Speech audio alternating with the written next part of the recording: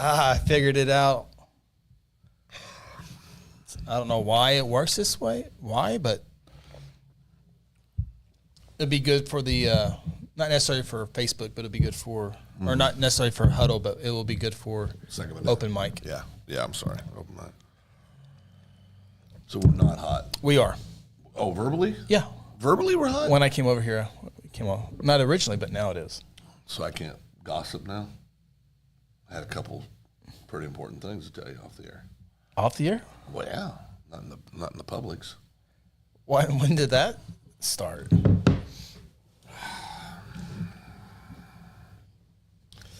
It's unfortunate. Pretty good stuff. I saw your podcast today. Terrible topic. What was it? AI. So okay, but you got to understand the show starts at 6, so this is just a pregame. Okay. So I don't know if he can really trust anything anymore because they were making Jim Harbaugh had a thing. He was talking about you can't trust it. America's cheating, and that's part of it. That's part of American. That's what we do as Americans. Which was completely not him. It was not him. No, this is the whole thing. So I got this email from a buddy of mine that was watching our show today, and let me find it here. To give you an example, he hopped on one of the popular ones and typed in some questions, and it was freaking scary.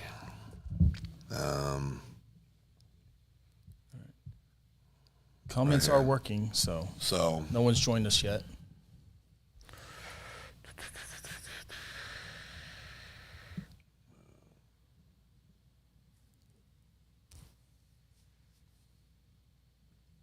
So he typed in these questions. So this is so you read that, right? Yeah. You see what it says? That's great to hear. Da, da, da. Then you type that one in. That's wonderful to hear. Then you type this one in. That's great. And then you type this one in. Algorithm, yeah. Oh. Oh, wow. I mean, it's scary, and that was my whole point. Was everybody is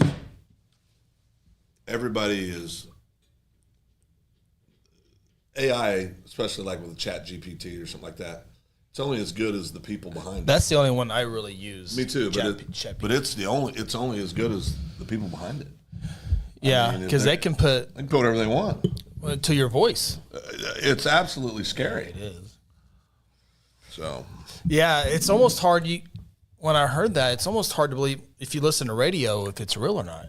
You almost need video, but then video can probably be tricky too. But you can. And then whoever does that, they can almost get away with it because who knows where it came from? Who knows where it came from? Unless it's they're smart enough not to trace. No, it's scary, but it's legitimately scary stuff. I mean, somebody could take me and just copy my voice, just like with Harbaugh, and create this racist rant or this homophobic rant or this whatever rant and put it out there, and now I have to prove it wasn't. You have to defend it. I mean, it wasn't me, Well, it's sure your voice, I mean, it's a nightmare. It's a real nightmare. I just don't, Jeff Cape, good. See on here, 5:57.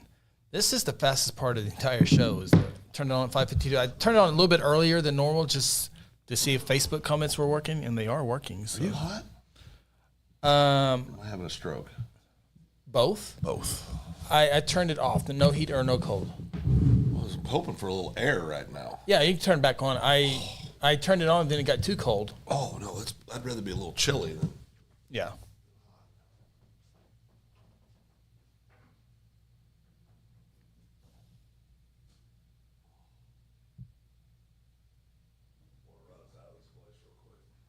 What's that? Run us out of here real quick. What, did you put it at 72? Oh no, like 64. 72 works just as well. I know. That's where I put it, Chris. I knew you would. Portwood with the high five. Matty. A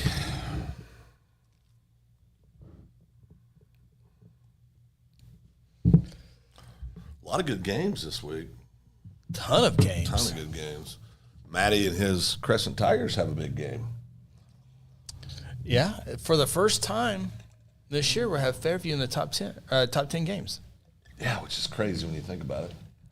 Defending champions, #1 overall. Yeah, they're loaded. Haven't really had a close game all year.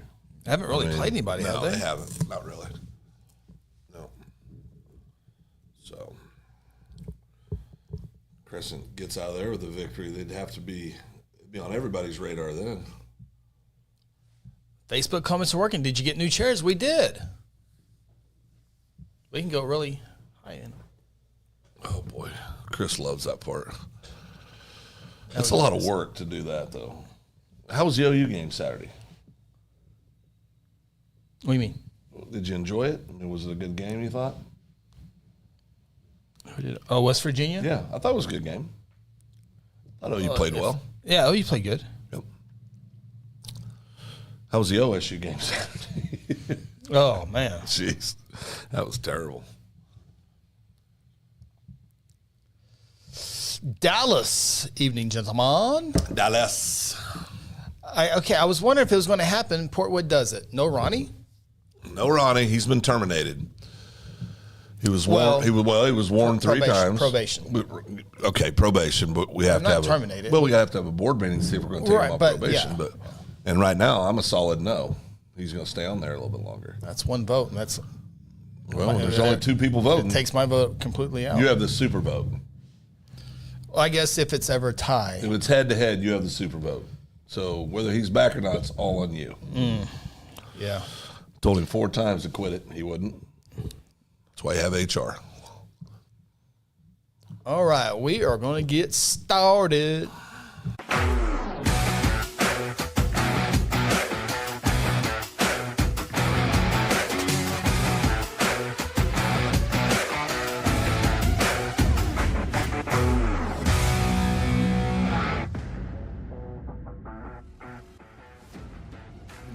Hello and welcome. It is the High School Huddle, Wednesday, November 15th, 2023.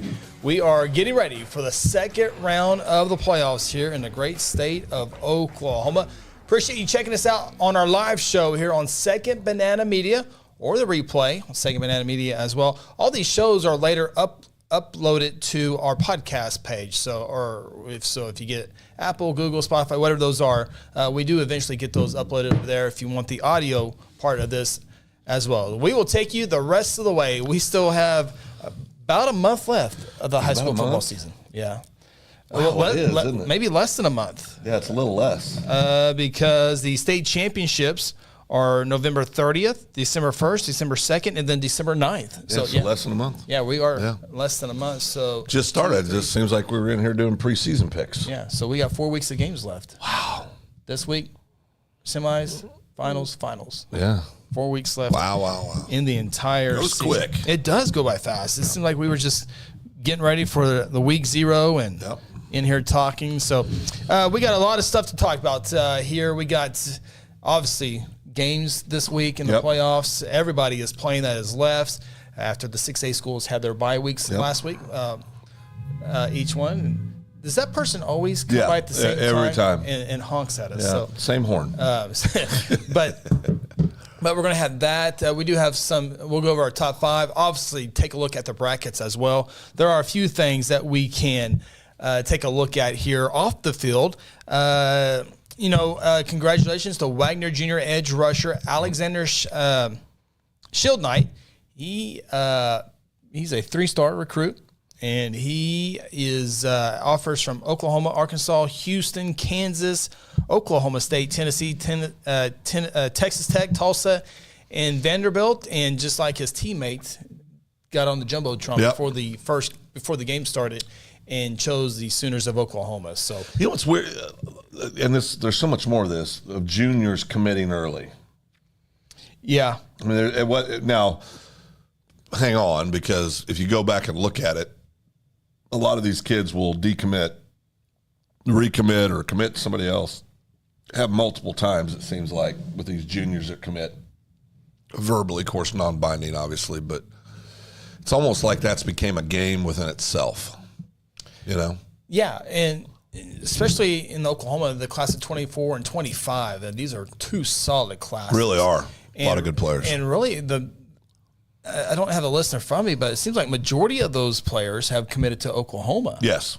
And not, obviously Ronnie Fields has committed to Oklahoma State, the talented running back from Del City High School. But that's the only one right off that I remember off the top of my memory. But anyway, congratulations to him.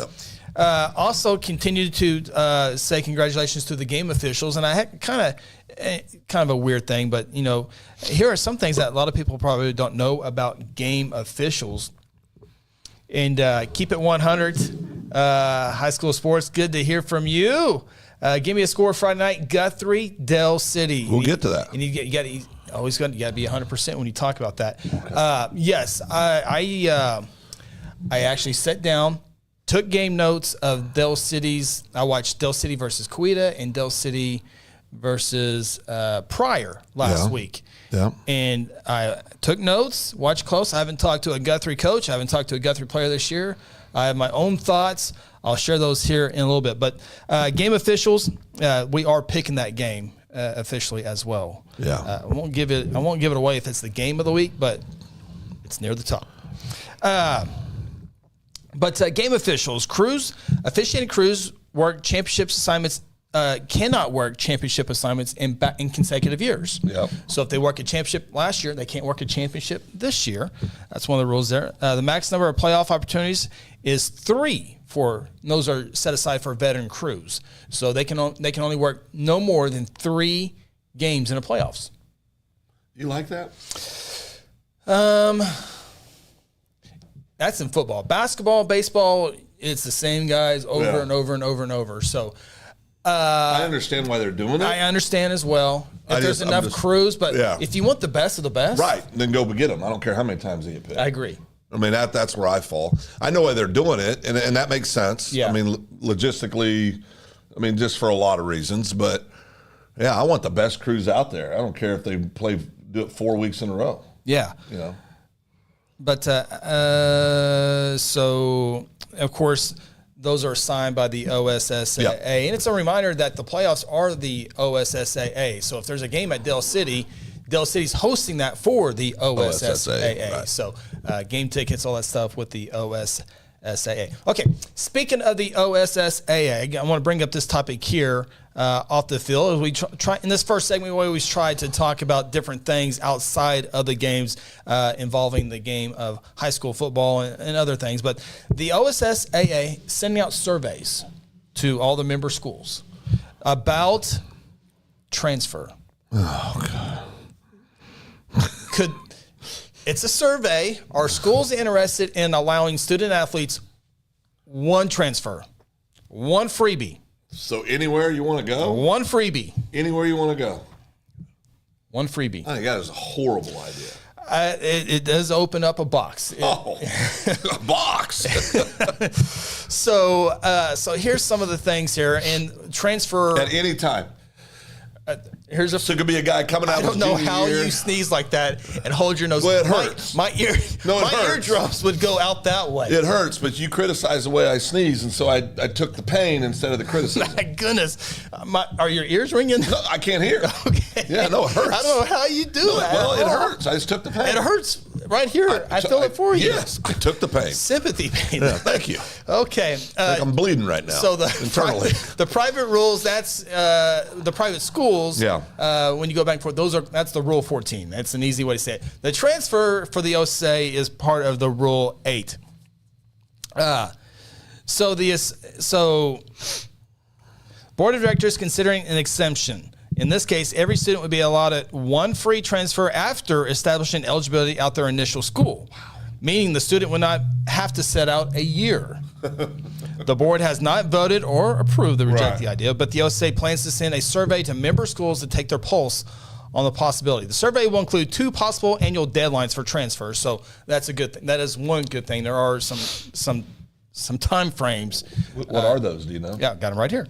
We'll get those. The other option is to have no deadline, but ensure that no student can participate in the same sport at 2 different schools in 1 year. So you can't play. Once the season starts, you're there. Yeah, you can't start at Poto week 2, then miraculously end up at Tuttle. If you did that, you have a good player that's on a team that gets beat out in the playoffs, they'd miraculously appear somewhere else. Yeah. So the idea came when Executive Director David Jackson presented this to the board of directors at their meeting last week. And Mr. Jack said said this potential exception is not intended to encourage transfers. Instead, OSA intends to be proactive because transfer talk has been circulating among lawmakers. And I'll bring that part up here real quick. I said in one of these sessions 2 years ago, Representative Ty Burns, he's a Republican out of Pawnee. He loves the OSA. Oh, he brought up House Bill 2249, passed the House but failed in the Senate. And it stated that a student shall be eligible for a sport on the first day of attendance at a new school if the student did not letter in that sport at their previous school. Letter. Yes. Which. So OSA is sending out these surveys to see what administrators and athletic directors. I like they're doing that. And I want to say this about Mr. Jackson. He's as good as there is. I mean, he's rock solid. Very thoughtful, very intelligent guy, cares about what's right for the kids. He does. All of those things you can check yes to. So I like that he's sending out to do a survey, see what the membership thinks. Yeah, because it's ultimately will be them. And whether it's shot clock or no shot clock, it goes out to the member schools. They vote and they bring it. Football districts, they go out to the coaches and they decide, we want this team and not this team and this team, and they ultimately usually go.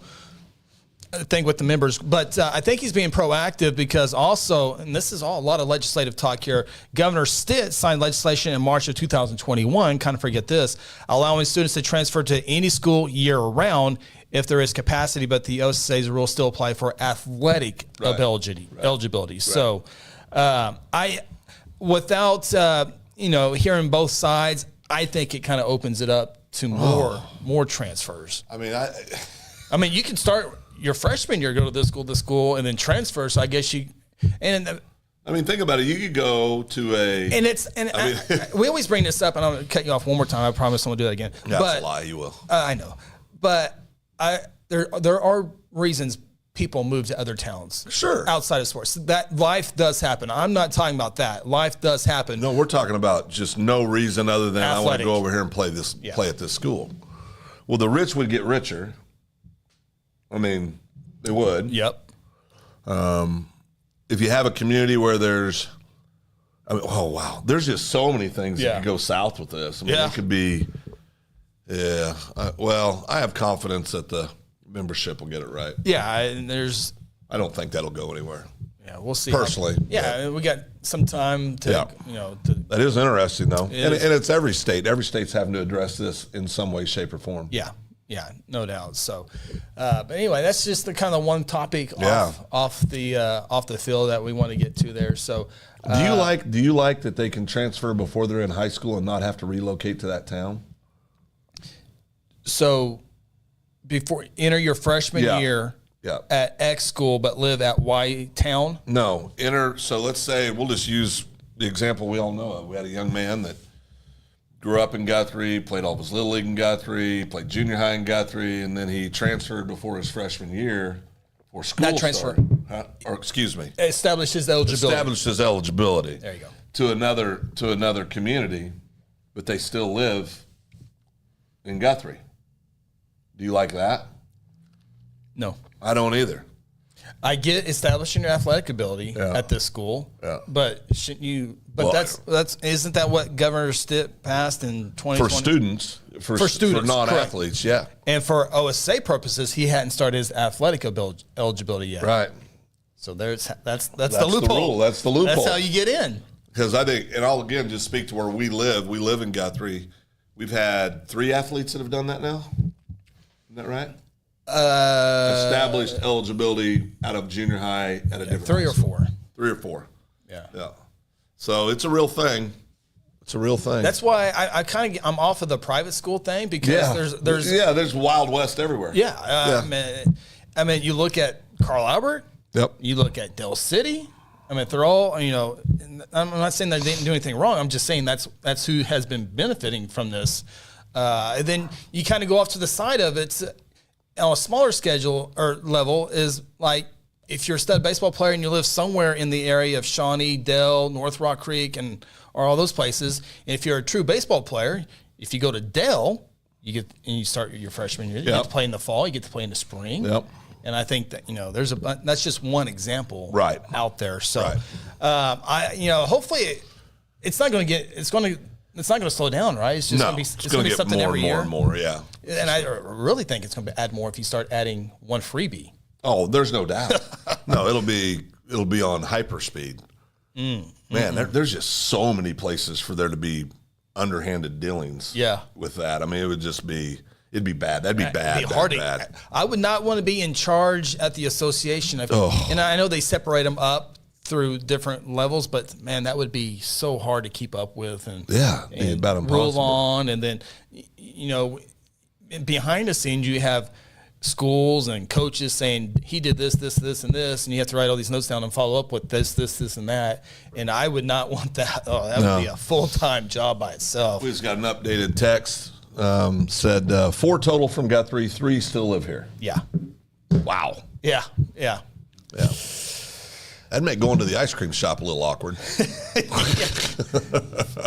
I've only seen one family in passing too. So no, it kind of disappeared.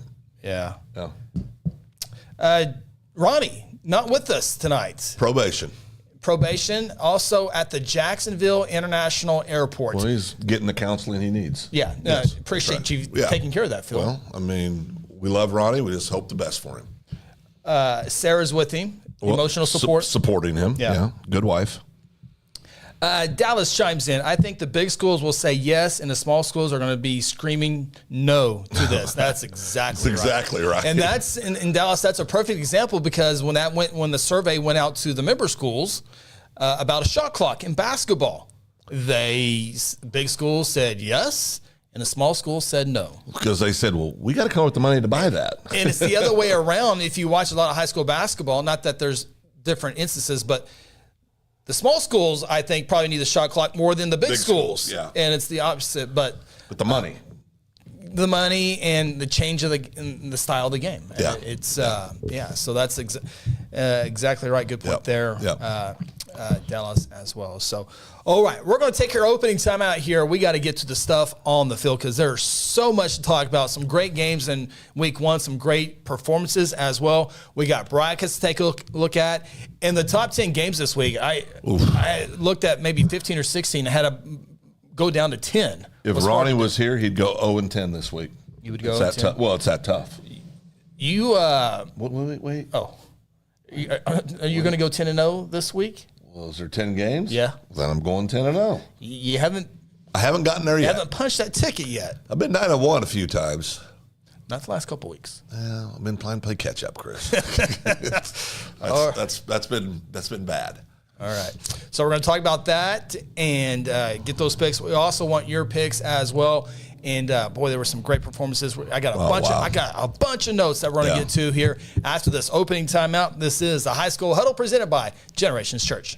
At Generations Church, we exist to love God, love people, and serve both well. We're a multi-generational, multicultural church that believes in being a light to our city and our region. At Generations, we don't believe that church can be put in a box. We're a church that accepts all people from all walks of life, young, old, rich, and poor, and you will feel welcome at Generations. Join us at 10 a.m. every Sunday at 2524 West Noble in Guthrie, America. You can also join us at generationsguthrie.online.church. Today I'm sharing Golden Chick with the world. Are you ready to taste Golden Chick for the first time? 100% tenderloin. That's where the golden tenders come from. Marinated for 24 hours. It is amazing. Then we also got the rolls, made fresh. It feels like they were just baked. You know why it feels that way? They were. Every time I go, I love to get extra rolls, so I love it. Mm-hmm. We are being kind of photobombed right now by the one and only Clucky. Have you met Clucky the chicken? Don't get too starstruck. He's just a regular guy. One taste, and you're golden. Golden He's on Tender. That's like a chicken dating app. Sometimes you need immediate care and can't get in to see your doctor during regular hours. With Mercy Convenient Care in Guthrie, you can walk in without an appointment and get the medical attention you need at a lower cost and with shorter waiting time than your local emergency room. The Mercy Convenient Care is located at 2919 South Division. For any concerns, call 405-282-6301. Services are provided by Mercy Hospital, Logan County. Choose Guthrie. Choose Mercy. Aspen Roofing is a family-owned roofing company with more than 20 years of experience and achievements across Oklahoma. Aspen Roofing takes pride in the personal service we provide on each job, and we strive to maintain the highest level of quality while offering our customers a reasonable price. It is our commitment to help you understand the process of getting a new roof from start to finish. Call Robbie Hudson for a free roofing estimate at 405-562-0026. Exxon was founded by two combat-proven veterans to help businesses grow from mediocre to exceptional. We know from experience that your culture and trust throughout the organization drive superior performance. Most business owners focus on the urgent rather than the important. They are just struggling to survive. The team at Exxon helps owners identify challenges, build solutions, and focus on growth. Do you trust your team? Does your team trust you? If not, we can help. We are Exxon. Hey, you in the third row. Yes, you. When was your last dental checkup? Dr. Lewis Turney and his staff provide dental care in a fun, relaxing environment. Still not convinced? Prefer to sleep through your appointment? No problem. We can do that too. Our staff can ensure you have a relaxing experience no matter what. Got kids? Hey, so do we. Come see what all the moms are talking about. Our kid-friendly staff loves to provide care to even the tiniest of teeth. Give us a call today. We've got the whole family covered. Give Dr. Lewis Turney a call at 282-7600.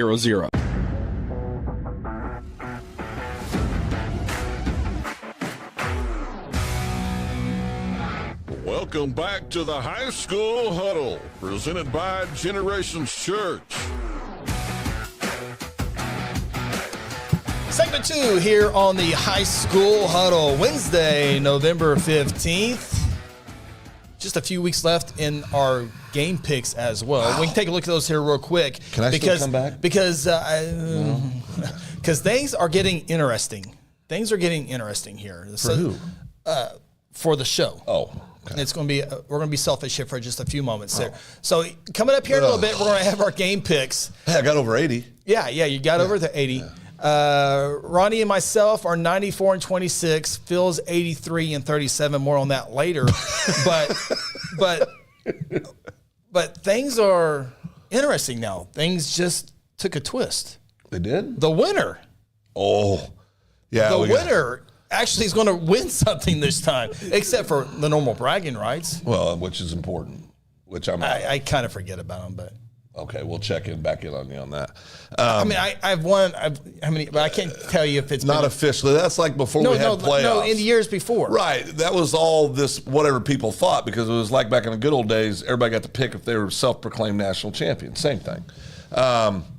So they said, I will make a Thanksgiving cheesecake for the person who gets the most picks right this week for y'all's top 10 games. This week. But if two people are tied for the most wins, they lose, and the winner will be the person who wasn't in the tie. Now, so Ronnie, you still got to make your picks. Ernesto, he's got his picks are in. Okay, so we're good. So Ernesto, can we change the rules like a few days before? The Big 12 changed their rules. Good for them. It's good for them. We can change it here as well. Did they really change the rules? They really changed the rules. How do you do that? It's a little weird. It's right. Did they get it right? Yes. Okay. The thinking is right. Did OU get screwed? I think it could be Kansas State that actually gets screwed. Yeah. Okay. But do you change it 2 weeks or 2 weeks left in the season? The answer is no. The answer is right. They just messed up. Yeah. They messed up way back on the tiebreaker. Yeah. But okay. So that's this week's games. Now I got pressure. Okay, so let's get to some of the action here. 6A football, and I guess we can talk about it here first. But Phil, Norman and Norman North are both still playing high school football. They're both in the second round for the first time since 2012, And that says a lot. Edmond North and Edmond Santa Fe both make the playoffs from the same district. Yeah. Norman, 2 schools, both in the second round. Yep. And, we always talk about these larger schools, Owasso, Union, Bixby. Well, Bixby not really that huge compared. Mustang, Yukon, all have one large school. But for 2 schools and 1 district to make it on the 6A level is pretty impressive. That's the first time that's happened since 2012. We're going to look at the bracket here in just a second, but MJ Graham, a transfer from Southeast to Westmore, and boy, he's really he's a huge difference for that program. No doubt. But he was 20 of 27 passing, 289 yards and 3 touchdowns, along with 109 rushing and 2 touchdowns in the victory over Mustang 43-38. Well, and I told somebody today, I said, if you're at high school football and you throw for over 250 yards, that's like throwing for 500 in the NFL or college. Yeah. I mean, that's a monster game. And then you add over 100 yards rushing, stupid. 6A competition. Yeah, stupid. Yeah. Yeah, no, he's legit. And that can, we'll talk about 5A here in a little bit, but Guthrie completed 0 yards of passing. So, that's just, you have one extreme to the other, but more on why that was, as we'll have that here in just a second. There was a reason. When we get to 5A, there's a pretty good reason why. Curtis Miller, 2 interceptions, Norman North's victory over Edmond North, 30-17. And again, both the Tigers and Timberwolves are in the playoffs. Second round of the playoffs, first time since 2012. So let's take a look at the 6A bracket. We'll get into this here a little bit more as well. We'll smooch up here on the top of the bracket first. And there you have Norman. Your reward? Beat Broken Arrow, which, by the way, was a fun game because it was on Thursday night. Yeah. So Norman won on their home field on Thursday night. Then Norman North won on their home field on Friday night. Yeah. So, but their reward is the Bixby Spartans. Yeah, they're pretty good. Yeah. So, bottom half of the bracket, Norman North and Owasso. This is another big time game that we will be picking here, as Norman North had no problem with Edmond North. Owasso, of course, had the first round bye. Bottom of the bracket, here we go. Santa Fe, no problem over Enid, 41-12. Santa Fe and Jinx once again, Phil, and this is a rematch from the first game of the year when Santa Fe went up there, blocked the game, a potential game-winning field goal, and now Santa Fe's got to go back up there to Jinx and try to win in the playoffs. It's always hard to beat a team twice in the same year. I can only imagine it'd be hard to beat the same team twice on their home field with one of them coming in the playoffs. Yeah, and that team beat Jinx. Jinx with all their tradition and history, and Jinx has been this way the last several years. For years Jinx was usually they'd get to the state title game, they'd be 12-1 or 13-0, right? Yep. And usually that one loss you could bank on it was the backyard brawl. You're seeing Jinx and Union have multiple loss seasons now throughout the regular season. That speaks to the parity, I think, that's with Bixby coming along, Owasso's coming back, getting there. Broken Arrow's been there a couple times. Santa Fe's kind of surging as well. But yeah, it's hard to beat anybody twice in the same year. But boy, when that happens to be Jinx on the road, that's a tall order. Yeah, we talked about Westmore winning 43-38, so that sets up Union and Westmore. Westmore making that trip over to Union. So, you could have a Union Jinx state semifinal, and you can have a Bixby Owasso. One thing too, when we start getting into this, especially the next round, if there's let's just say let's say Union beats Westmore and Santa Fe beats Jinx. The games this year in the odd year would be played on the west side of the state. So if it's Union and Santa Fe, that game would take place at a neutral field somewhere in the Oklahoma City area. Yeah. And even years, it'll go to the east side of the state. So that is one thing to remember here when you start looking at neutral sites next week. It's going to be somewhere. Now, obviously, if Union and Jinx win, they're going to play in Tulsa. Right. They're going to play in Tulsa somewhere. But if it's one east and one west, this year it comes to the west side. So we are not picking Bixby Norman. And for obvious reasons. Dallas sums it up well for us. Congratulations, Norman. Sorry about your second round game. No doubt. And, boy, that's why it's always important to finish at a certain spot in your district to stay away Stay on from the number other side, one. yeah. Not that Union would be any easier on that side of the bracket, but well, a little bit. a little bit, yes. Yeah, a but little bit. still an impossibly tough game. Especially with the status of Shaker unknown there. So Everything we've heard, we don't expect to see him back this year based on what we've been told. Yeah, we'll see. Who knows? We'll know. Broken Arrow. Boy, there were some tweets going around Thursday night. As remember, they let their championship coach go a couple years ago. I hadn't heard that. And so I don't know. Is there? We don't want to get deep into this, but I'm sure there's some conversations. We're the largest school. We're paying this X amount. There has to be. Whether it's something, it's nothing that we control. And we're not saying that should happen. Correct. But there has to be those conversations going on. If nothing else, within the booster club, within the people in the football family there that this means the world to, right? I mean, I've always told people, they'll say things like, because I do believe this is probably going to offend some people, but I do believe this, that high school football for your team, the team that you cheer for, it means the most for those 30 or so parent sets whose kids play. Right, and then there's a drop down. It still means something to the rest of the fans, but it doesn't mean as much. Yeah. Right, because they're not directly impacted by it, not nearly as involved. I know when my kids were still playing in Guthrie, I lived and died by what happened on Friday night. Sure. I mean, it was brutal. When my last kid got done playing his last snap of high school football, I actually started enjoying watching Guthrie football games and being at it because I wasn't a train wreck. So it's a real thing, but. There's got to be those conversations going on in Broken Arrow. If there's not, that's part of the problem. Yeah.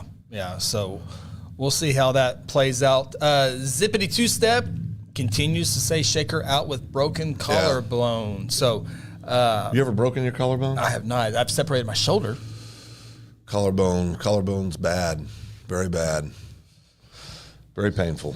So that is your 6A bracket, and we will. Move on to 6A2. Really, the only 6A2, I think I have one 6A2 note. It would have to be Sand Springs against. Well, performance-wise, I got P.J. Wallace of Bartlesville. Oh, I'm sorry. Junior running back, 25 carries, 178 yards, 2 touchdowns in the victory over Putnam North. Yeah. And now we can pull up. The screen's going blank on me. Come back. Oh, boy. There we go. And... I don't know. Did you break it? No, it had a refresh there. Here we go. 6A2. And we will start at the top left of the bracket, and we'll see it was Putnam City beating Tahlequah 41-21. Home team wins there, and they will take on the Stillwater Pioneers, who were off last week, thanks in part of winning the district. Of course, finish second, you get a first-round bye as well. But Putnam City at Stillwater, bottom half of the bracket, it was Lawton losing to Sand Springs. No surprise there, 56-24. The setup, probably the most interesting 6A2 matchup this week, with Sand Springs traveling down to Choctaw. Yeah, I think that's the best game in 6A2. It's not even close. I think there's a clear favorite in that game, but I do think that's the best, most competitive ball game. And then right behind that could be Deer Creek and Bartlesville. Bartlesville, no problem with Putnam City North, 45-14. And Bartlesville has been that number 6 team for the most part. Mm-hmm. They have a Ponca City back and forth, 6-7, 7-6, with Sand Springs being a steady number 5 with the top 4 teams there all season long. So Bartlesville at Deer Creek. And Deer Creek's a school that we both picked to win the state championship. We did. Stuck with them. All right. Bottom half of the 6A2 bracket, Ponca City and Putnam City West. Boy, I'm sure that was a good game. That was entertaining for those programs to take that part on there. Ponca City obviously made it to the playoffs last year. Of course, remember they have the interim head coach this year, so I'm sure they're playing with a lot of emotion right now. Yep. But Putnam City West, great season, comes to an end as the Wildcats take them down 27-21 to set up the matchup with the Muskogee Ruffers, who were obviously off last week. Yeah, Putnam City West coming down to 5A next year. Yeah. So it's a good momentum for Putnam City West as they move down to 5A. Ponca City making the trip over to Muskogee. Okay, so there we go. Getting it down now. So that is That's the a long. 682. Good Lord, that's a long drive. That's what I was thinking about too. Yeah. I mean, there's obviously some longer ones coming up Yeah, here. yeah. But Ponca to Muskogee, That's a good distance. Leave a little early there. Okay. I think the class of all classes in the playoffs this year is Class 5A. Yeah, I do too. I mean, you look at the games last week, and we're going to, and then games this week, and we're going to, and then the performances that we're seeing in Class 5A are unbelievable as well. Before we get into the bracket, let's take a look at some of the players making some differences here. Tristan Haynes is one of the 5 Titans that has not committed yet to his Division I school. Yeah. His 4 buddies are committed to the University of Oklahoma. Tristan Haynes still has not made his commitment. He's still a junior. He's coming back. But he was special against Carl Albert as Carl Albert defeats El Reno 49-21. But Tristan Haynes, 51 yards per kickoff return, 82-yard return for a touchdown. And then Caden Davis, a linebacker that really is not talked a whole lot on the team, but he plays both sides as well. Led the Titan defense with 21 tackles. That's a bunch of tackles. And he plays some offense as well when they need some big blockers up there. Yeah. So speaking of El Reno, their season comes to an end, but their senior running back, Malachi Nicholson, 300 rushing yards against the Carl Albert defense. No, listen, that kid's legit. I mean, he's going to play some football somewhere. I don't know the stats on him.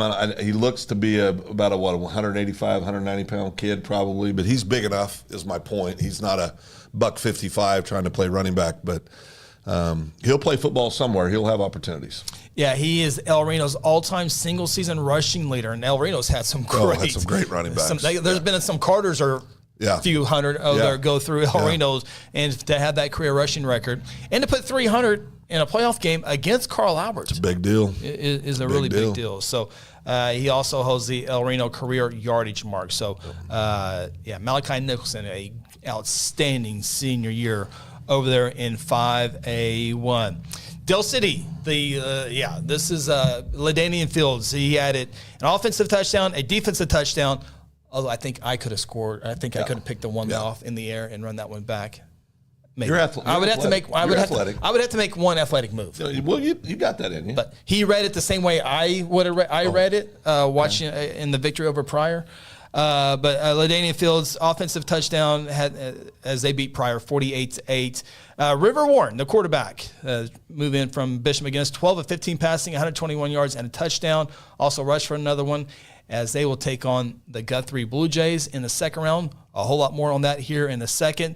Speaking of Guthrie, Jalen Harper, the senior running back, sets a Guthrie record for yards in a single game. 28 carries, 343 yards with 5 touchdowns as Guthrie gets past Lott MacArthur, 49-21. MacArthur, they're going to be good. Oh, they got some sophomores everywhere. Yes. They can play. So beware of Lott MacArthur next year. They got a great quarterback. They got a great wide receiver. They play good defense every year for head coach Brett Manning over there. So they will be somewhere near the top 5 in next year's rankings. Yeah, we'll be talking about them a lot. They scored 21 points against Guthrie. Yep. Before that game, Guthrie had given up 33 points in 10 games. Yeah. But we can finish that up here real quick. Lott MacArthur held a negative rushing yards, which I think that's the 7th time in 11 games for Guthrie they've held their opponents to negative rushing yards. Now, they did have over 200 passing. Correct. So, MacArthur over 200-plus passing. Guthrie had 0 passing yards. Guthrie rushed for 400 yards, and MacArthur goes for negative 12 yards. So that kind of tells you how that Guthrie-MacArthur game was. So we're talking about Guthrie-Del City quite a bit here coming up in a little bit. Maybe not a surprise, but the McGinnis taking down Midwest City last week. Maybe not necessarily a surprise that they won, but how they won. Yeah. They took it to them. McGinnis, 35 points in the first half as they win at 42-14 over Midwest City. That game was in Midwest City. As the Irish, 428 yards of offense. And that was, we all picked Midwest City last week. We did. Although Midwest City only put 3 points on the board against Elgin and now 14 against the Irish. But the Irish offense came alive. And that's one thing. Both teams played good defense. I thought Midwest City would maybe have an advantage offensively, but it was obviously the night of the Irish. It was. And, and I talked to some guys that watched that game and said that the young quarterback at McGinnis, he had a good ball game. He had a good ball game. And, we saw that defense. Guthrie beat them 20-0 earlier this year, but that McGinnis defense they play good defense. Of course, that sets up a great matchup for this week that I know we'll talk about a little bit later, the Battle of the Bishops. Yeah, Damon Cochran, the quarterback for the Irish, 13 of 19 passing. The games that I watched had not come nowhere near 13 of 19 passes. So he had a tremendous game. 228 yards, 4 touchdowns, did have 1 interception, ran for 52 yards on 9 carries. Nathan Steiner had 4 catches for 132 yards and 2 scores. So passing game was working for McGinnis, and if McGinnis can play some offense like that, their defense will keep them in games. The offense could help win games. Could. No, there's no doubt. Collinsville senior Justice McMath kicked 3 field goals. By the way, Collinsville and Carlart play this week. Might come down to a field goal. I think they're the 2 best kickers in Class 5A. But Justice McMath, 3 field goals, including a 32-yard winner as time expired, 23-20 over Coweta. A heck of a game up in T-Town. Yeah. And he also kicked all the extra points for both of their touchdowns as well. So Justice McMath, a cool name to begin with. It is, that is. And then, so that was a fun game. That came down, obviously, to the last second field goal there. Claremore stopped a 2-point conversion with a minute left to hold on to a 48-47 victory. Claremore Elgin this week. To me, now we've had Elgin solidly at the 4-hole most of the year in 5A rankings, and we had Claremore towards the latter part in that 6, right around there, right near the top 5. After seeing that shootout they had last week, they can put up points bunches. So can Elgin. They've shown the ability to do that as well. So, and Elgin beats a 2-loss Piedmont team. 20-0. And so 2 great football teams going to hook it up. That's what second round games are supposed to be, though, right? Yeah. That's where some separation usually occurs. So more so in 5A. Class A, there's going to be some separations too. Some good games there when we get there. But Claremore, 5th ranked, 2-point conversion with a minute 1 left to hold off Sapulpa, 48-47. Getting a little bit closer than I thought. But Claremore continues to play with 2 of their top 4 offensive players. And this is their best season since 1999. So good year football team. Yeah, good football team for Claremore. Their wide receiver, 8 catches. There it is. Gage Deckard, 8 catches, 141 yards, and 3 touchdowns, plus the clinching onside kick recovery as they take down Sapulpa. Another great team over on the east side. That's why 5A is so good this year. There's all these great east side schools coming. Sam Rhodes, Bishop Kelly, defensive end tight end, 36-21 victory over McAllister. McAllister had been in the state championship last 2 years. Their season comes to an end with a 6-5 record. But a fumble recovery, forced a fumble, and converted the game's first 2 touchdowns. Also had 2 catches for 27 yards. And that is Bishop Kelly's first playoff victory since 2020. So congratulations to Coach Tapana.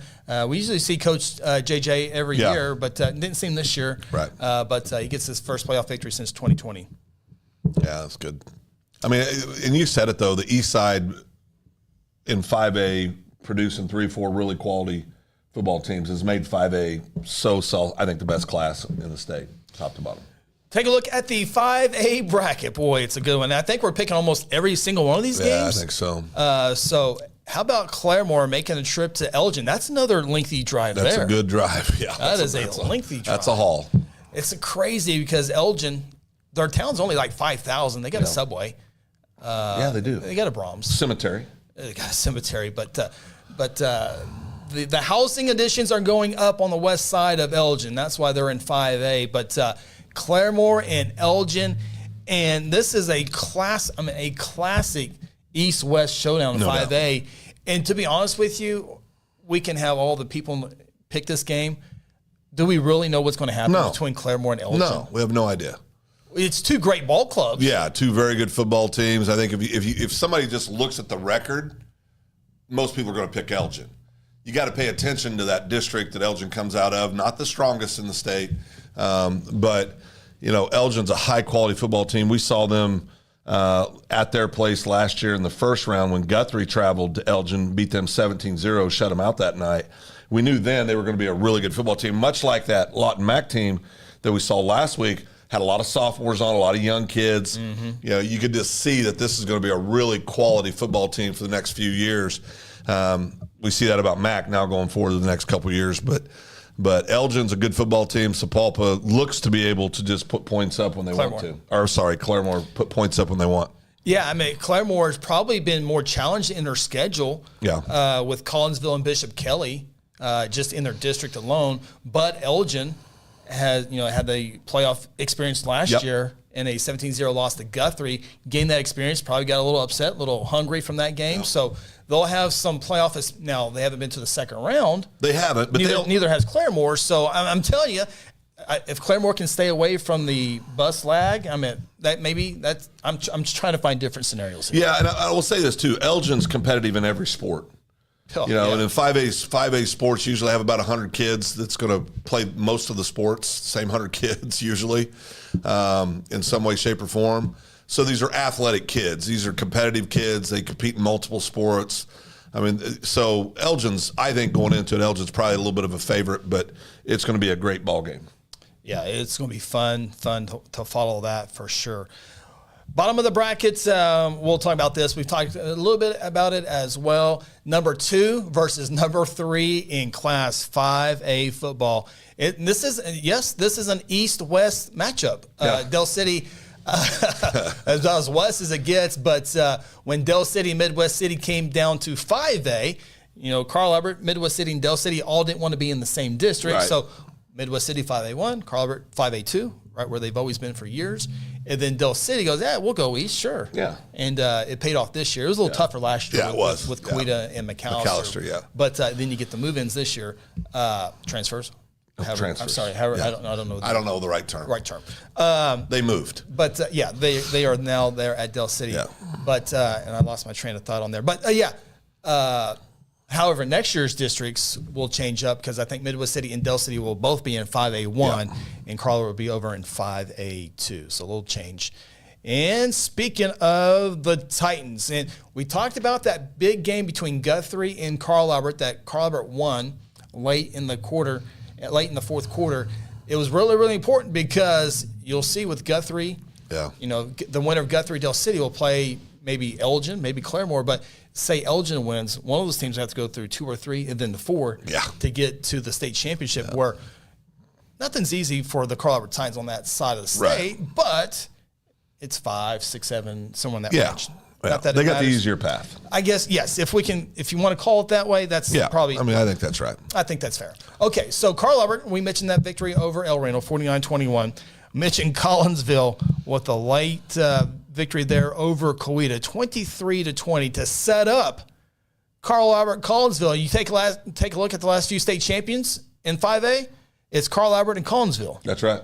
So Collinsville making a trip down to Midwest City for a very intriguing game there. We've seen it in years past, and Coach Jones and Coach Dunn and all the star power at Carl Albert against the Collinsville team that I don't think will be intimidated and has had some good experience in the playoffs. Well, and these are the kids. Every one of these Collinsville kids that are playing now, they've been their whole lives, they've seen Collinsville competing, at least in the semis or the state championships and winning the state title. They expect to win. I mean, that's one thing I love about high school sports. You can say what you want, and I know it's easier to track kids now with social media and all the stuff. Just everything that's out there, but they know more about the teams on the east side than they do the west side, and vice versa. Yeah, and so they know Carl Albert's really good, obviously, but they're sitting there telling themselves, well, we're not too bad either. So it should be a good ball game. I think there's a clear favorite in that game, but it still should be a good competitive ball game.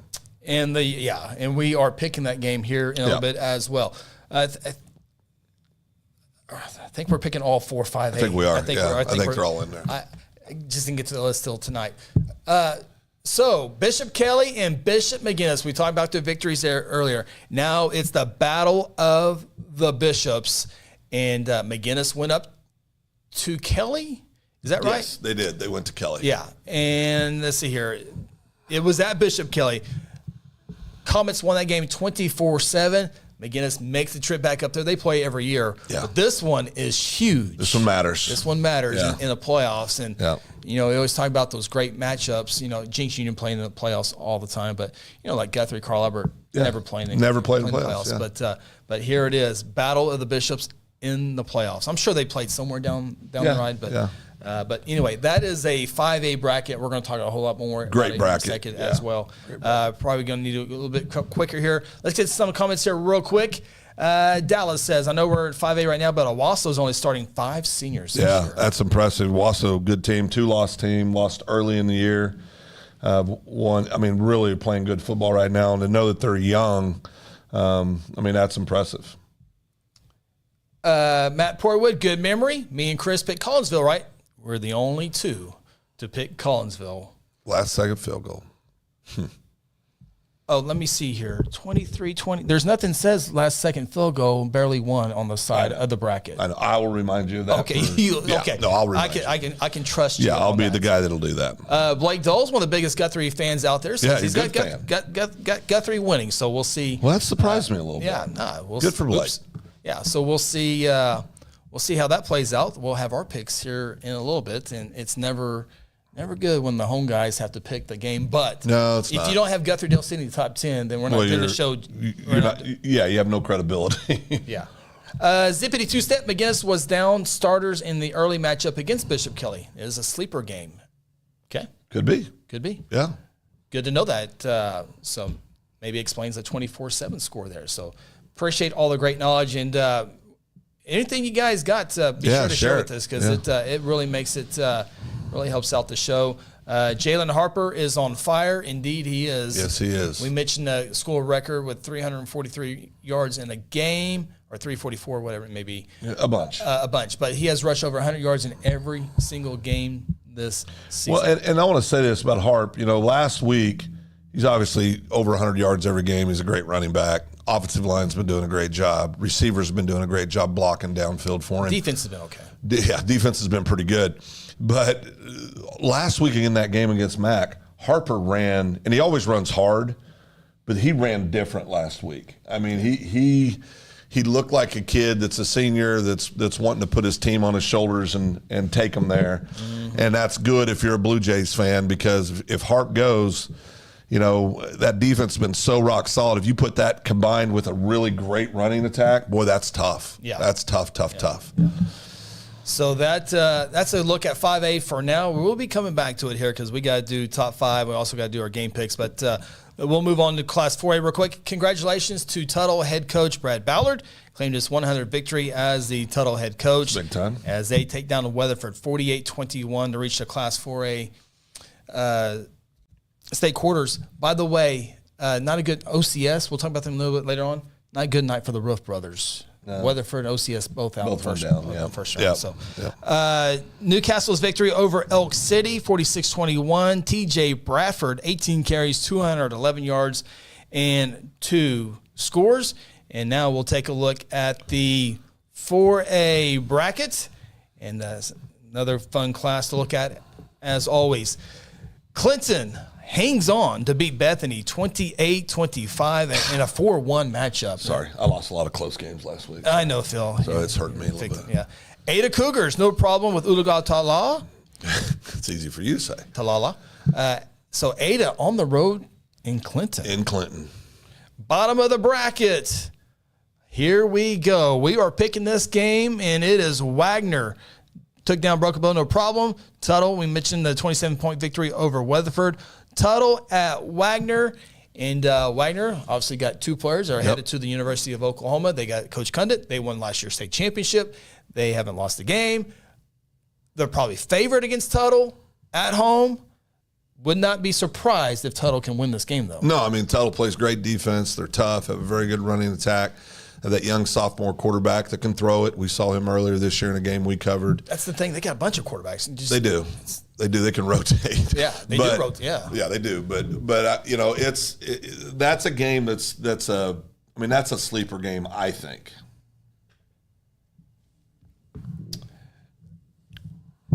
For a real quick, top of the bracket.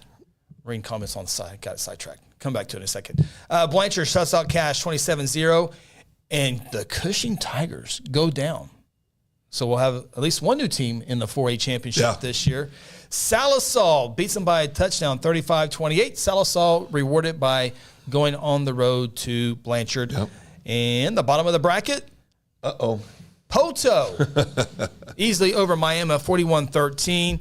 Mentioned that Newcastle victory over Elk City. Now you have Newcastle going on the road to Poto. Yeah, you know, Poto solidly either 1 or 2 in everybody's polls, with Wagner being the other team there all year long. But I think you got Tuttle, Blanchard, Poto, and Wagner are the cream of that 4A crop. The one thing I will say about Newcastle is their schedule will have them ready for Poto. They played some good teams in that district, and so they've seen physical on both sides of the ball. So I think it's just how they handle that road game, and Poto maybe stronger than those districts. We'll find out. Yeah, we'll find out. Yeah. This really is true. There's no bad football teams left. I mean, everybody that's left can play football. So you got good teams all the way around. This time of year when mistakes, who plays clean, who plays, doesn't have turnovers, who executes, does those little things. In many of these games, that's who's going to win. Yeah. 3A notes, Holland Hall, Julius Wilson, a sophomore running back, defense back, six catches, 109 yards, 3 touchdowns, 4 tackles, interception. The victory over Shakota. And then Moses Fullingen of Lincoln Christian, senior running back, 192 yards, 2 touchdowns in the victory over Bristow. And we take a look at the 3A bracket, top of the bracket. Perkins easily over Lone Grove, no surprise there. And they will take on Holland Hall. Of course, Perkins, district champions, first time since 2011, with the Dutch coming to take on the Demons. Yeah, and I think, Perkins trying, they've had a great year and had that really tough loss early in the year to overtime. In overtime to Marlowe. Kept me from being 10-0, but I'm over it. I know. But, yeah, I mean, that's going to be a great ball game. There's so many good teams all the way across 3A. I mean, it's, of course, Lincoln Christian's just loaded. Heritage Hall. Yeah. I mean, there's some great football teams all across 3A. Bottom part of the 3A bracket will feature Sulphur. I think they're moving up in the rankings this week. Yeah. Sulphur takes on Lincoln Christian. And so Sulphur will be the next team to try to take on that Lincoln Christian offense. Boy, it's a powerful offense. It really is. It's unbelievable. That offense would stand up against 5A talent easily. Yeah. Top of the bracket in 3A. Got to work here quick. Got to get to a timeout. It is Heritage Hall. Took down North Rock Creek. No surprise there. Again, congratulations, North Rock Creek. Yep. First ever time to make it into the playoffs. 5-5 record going in. I think they finished 5-6, but they are in the into the playoffs. And by the way, North Rock Creek, they got a good cheer team as well. I went to the state cheer. I covered that last week. And they're good in cheerleading as well. So I think North Rock Creek, I bring that up because I think they're going to be it's going to be one of those schools that are consistently good in every single sport. But this year it's Heritage Hall, and then it'll be Berry Hill, who edged Verdigris last week. So Heritage Hall, Berry Hill, bottom of the bracket. Yep. That is the 3A bracket. Got to work here quick, Phil. Okay. We're already behind. You're doing good. But we got to be fair to 2A because, and A, we'll get to them. 2A bracket. We'll go through these as fast as possible here to be fair. Oops. I don't know what happened there. Okay. Millwood shuts out. What is going on? There we go. Don't touch. Oh, boy. Don't touch it. Okay. Stick. Millwood will take on Purcell. Ida Bell and Kansas. Kansas beat somebody really, really good they beat, in Class A. Week 1. Woodland or? It was Colcord. Beat Colcord week 1. Yep. And they will have probably the biggest challenge with Ronnie's Ida Bell Warriors. Ronnie loves him some Ida Bell Warriors. Yeah, I have Ida Bell winning. They're just going to run into Millwood next round, and we'll see. Yeah, tough. Bottom of the bracket in 2A on the left-hand side of your bracket.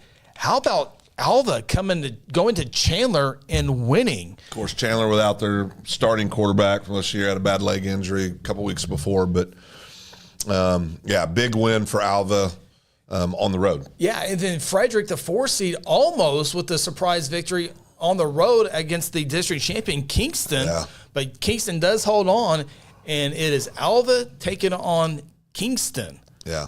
Bottom of the bracket, Kiefer in our top 5 as of last week. Easily victory over Veneta. Your presence there in Veneta really didn't help him out. I did the best I could. I know you did. Yeah. You got him 20 points. I did. Yeah. Lucky they even Had probably none wouldn't have if I had scored. showed up. Yeah, exactly. Yeah, absolutely. And then Sequoia Tahlequah victorious over Heavener. Right side of the bracket, a game that we will be picking here in just a little bit. Prague shuts out Spyro, 11-0 Prague. Yeah. District champion Prague. Fighting Rafe Watkins. And now they will take on Victory Christian, who took down Rejoice Christian, 40-7. Rejoice Christian, a couple years ago, really talented, obviously has come down a little bit, but Victory Christian and Prague in the second round. Good game. And also, speaking of a good game, Jones and Davis, Jones number 3 team in the class, taking on Davis as Davis got past Lindsay. Mascot for Lindsay? The Lindsay Lions. Close. Panthers? No. Jaguars. Leopards. Leopard. Okay, same thing. Yeah. You said Lions. You were close on the Leopards there. Well, it rhymed. By the way, Lindsay, home of Jeff Murray. Oh. Jeff the ref. Our buddy. Yeah, Jeff the ref. It's a good one. All right. Bottom half of the bracket 2A, Adair and Vian. Bottom, we'll wait to see who plays Washington. That's, yes. Everything goes through Washington. Yeah, the defending state champions. And then I think we're going to try to get this in here real quick. Knock A out real quick. A real quick. And Class A has at least one game that we'll be choosing from here in a little bit as well. Maddie's watching. Don't mess this up. I know. Okay. By the way, Ronnie got Leopards right, Phil. Of course he did. He's got a good memory. He's your favorite. Okay. Did we what? How did we not bring up Marlowe? Did we miss Marlowe? How did we miss Marlowe? How did we miss Marlowe? Dallas with the reminder. Thank you. We'll bring him up. We'll bring him up in the next segment. Fairview shuts out, or almost shuts out Hobart, 6-2-6. And Crescent, Matt Porwood, we were nervous. Whoa, nervous. We were watching the score during our broadcast. And I thought, well, this season's over with. It was 7-3 Ringling, Crescent, 8-1, 9-1. I can't remember. 9-1, I think. I think it was 8-1. I don't think they got 10 games in. But Crescent comes back and wins 35-34. I almost kind of wrote them off, actually. Yeah, and they came back and surprised all of us, gave us all something happy to do before we went to bed. Yeah. It's good. Stroud passed Morrison, big time. Yep. And then Gore tried to get back to the state championship again this year. And they're on the road to Stroud this week. Obviously, Fairview has been number 1 all season long, defending state champions. They got a really, really good Coach Bernard and his son, the quarterback, really have it going on up in Fairview. Crescent, though, going to be try to be the next team to take down Fairview and erase the Jackets from the playoffs. Yeah, I mean, Fairview, nobody's really even been close. I think 2 touchdowns, 3 touchdowns is the closest game they've had all year. Bottom of the bracket, we are picking Fairview Crescent as well. We are. That is the game we are picking. Yep, we are. Dibble past Cashin, Walters past Moreland, Colcord past Pacola, and Woodland past Liberty. Colcord Woodland, that is a top 5 matchup. I think it's number 4 versus number 5, and we are picking that game. And this is the game that before we went on the air, I still don't know who I'm picking right now between that game. I picked Colcord to win that game. Colcord lost the first game of the year to Kansas, but has since then gone. Yeah, I've done really well. They've won out since then, but Woodland's played a tougher district. They have. I've got a clear favorite for me. You got a clear favorite? I do on that one. Oh, wow. Did my research, Chris. Oh, I might need your help on that one. I got you. Okay. If you're okay getting advice from a guy that's dead last in the picks. Well, 9 wins and 9-11 last 2 weeks. Oh boy, you just have all the stats, don't you? Okay, right side. We got to get a break. Okay, I've been saying that for 20 minutes now. Surface. All right, Hominy shuts out Allen. Wyandotte passes Panama. And Apache and Stratford reaches there. Hominy, I think, just cruises to the state semis. Bottom part of the bracket is Central Sallisaw and Pawnee. And Minko versus Hooker. I like Minko on that end. I like Minko as well. So it looks like we're headed to a Minko Hominy. Yeah. I think that's right. A big-time football game. That's a big-time football game. And then you have either Fairview or Crescent. Yep. I think the winner of that game could get and then Concord Woodland, I think, would be the favorites there. So there is a lot to Matt Portwood is already saying y'all are going to go 9-1 this week. Now, how does he know? He doesn't know who we're picking. Yeah. Phil's basically the mayor in Crescent. I'm somewhat crazy when it comes to picking Crescent games. I'm willing to do whatever it takes. Didn't work last time you did. That's okay. Okay, yeah. No, I mean, you win some, you lose some. That's right. It's hard to go back-to-back for season championships, just to remind everybody I won last year. Chris? Yeah, okay. We need to take a break. I can't believe we didn't bring up Marlowe. I know. I'm a little upset at ourselves for that. All right. We'll take a timeout. When we come back, we'll take out the top 5 rankings for each. Quickly, but also be able to throw in a few more before we get to our game picks. So, all right, come back. Questions, comments up next here on the High School Huddle, presented by Generations Church. Aspen Roofing is a family-owned roofing company with more than 20 years of experience and achievements across Oklahoma. Aspen Roofing takes pride in the personal service we provide on each job, and we strive to maintain the highest level of quality while offering our customers a reasonable price. It is our commitment to help you understand the process of getting a new roof from start to finish. Call Robbie Hudson for a free roofing estimate at 405-562-0026. Exxon was founded by 2 combat-proven veterans to help businesses grow from mediocre to exceptional. We know from experience that your culture and trust throughout the organization drive superior performance. Most business owners focus on the urgent rather than the important. They are just struggling to survive. The team at Exxon helps owners identify challenges, build solutions, and focus on growth. Do you trust your team? Does your team trust you? If not, we can help. We are Exxon. Hey, you in the third row. Yes, you. When was your last dental checkup? Dr. Louis Turney and his staff provide dental care in a fun, relaxing environment. Still not convinced? Prefer to sleep through your appointment? No problem. We can do that too. Our staff can ensure you have a relaxing experience no matter what. Got kids? Hey, so do we. Come see what all the moms are talking about. Our kid-friendly staff loves to provide care to even the tiniest of teeth. Give us a call today. We've got the whole family covered. Give Dr. Louis Turney a call at 282-7600. Today I'm sharing Golden Chick with the world. Are you ready to taste Golden Chick for the first time? 100% tenderloin. That's where the golden tenders come from. Marinated for 24 hours. It is amazing. And we also got the rolls, made fresh. It feels like they were just baked. You know why it feels that way? They were. Every time I go, I like to get extra rolls, so I love it. Mm-hmm. We are being kind of photobombed right now by the one and only Clucky. Have you met Clucky the chicken? Don't get too starstruck. He's just a regular guy. One taste, and you're golden. He's on Tender. That's like a chicken dating app. Sometimes you need immediate care and can't get in to see your doctor during regular hours. With Mercy Convenient Care in Guthrie, you can walk in without an appointment and get the medical attention you need at a lower cost and with shorter waiting time than your local emergency room. The Mercy Convenient Care is located at 2919 South Division. For any concerns, call 405-282-6301. Services are provided by Mercy Hospital, Logan County. Choose Guthrie. Choose Mercy. At Generations Church, we exist to love God, love people, and serve both well. We're a multi-generational, multicultural church that believes in being a light to our city and our region. At Generations, we don't believe that church can be put in a box. We're a church that accepts all people from all walks of life, young, old, rich, and poor, and you will feel welcome at Generations. Join us at 10 a.m. every Sunday at 2524 West Noble in Guthrie, America. You can also join us at generationsguthrie.online.church.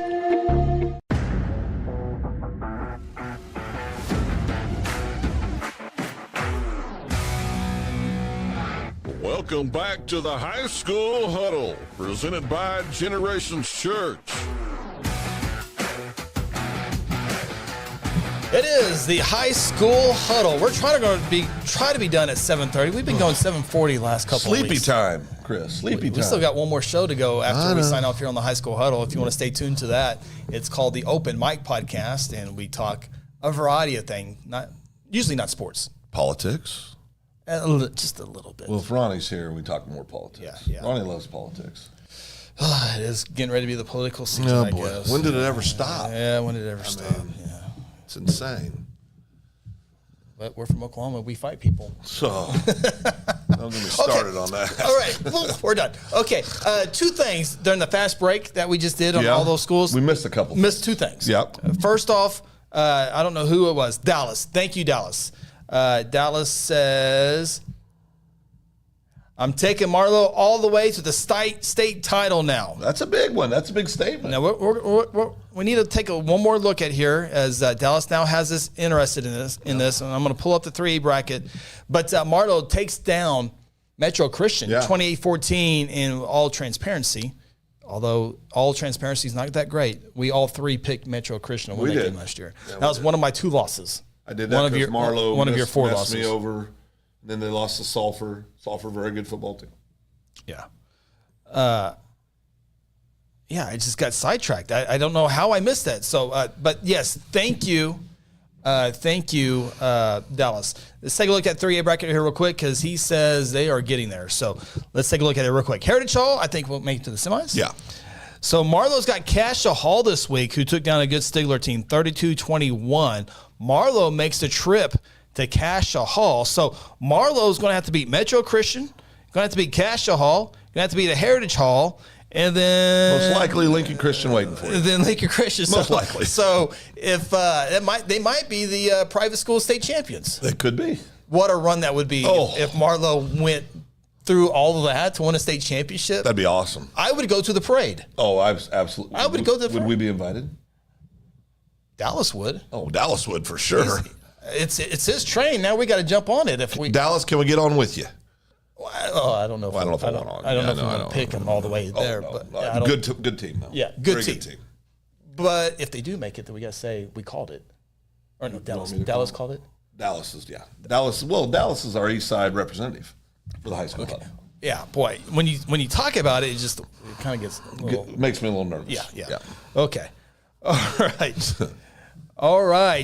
Don't forget our Crescent performance. Oh, I got it right here. And the other thing I forgot to mention in my notes for Class A was I have one note for Class A, and this is it. It's the Crescent Tigers. Cade Varner, 171 yards rushing, 2 touchdowns as Crescent gets by, squeezes by. Yeah. Ringling. 35-34. He also threw for 1 touchdown. So a heck of a performance there by Cade Varner of the Crescent Tigers, who take on number 1 Fairview this week. And speaking of number 1, let's take a look at the rankings here in Class A. It's all been the same, all season long. Fairview number 1, Hominy number 2, Minko number 3, Colcord number 4, and Woodland number 5. If you remember that Class A bracket, it's number 4 versus number 5. Yeah, big time this week. And Phil, in the preseason, we all picked Fairview, and they stayed the course. And this is just a side deal here. Do you still like Fairview winning it all? Yes. There's one team I think can give them a go. There was, we can only make one mulligan last week on our state championship picks, and I went with Bixby because in the preseason, went with Union. Yeah. So that's my one.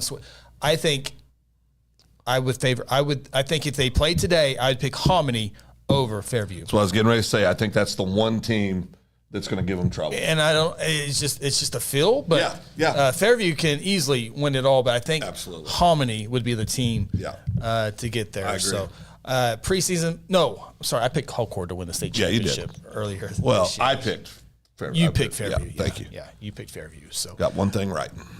Real quickly, want to say big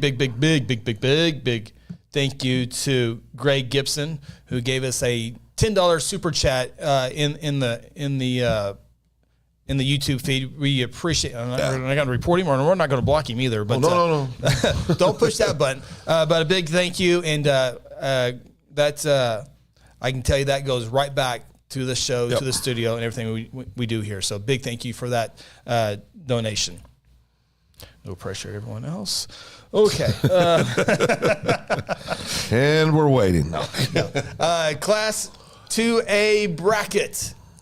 Number 1, Washington. Number 2, Millwood. Number 3, Jones. Number 4, Kiefer. And number 5, Prague. And been that way pretty much for the last several weeks. Yeah, number 5 has changed. Yeah. The last couple weeks, it's definitely has been Prague, and we kind of took some heat from that. We did. But stand by that with that there. So that is the Class 2A rankings. Parade's got Victory Christian.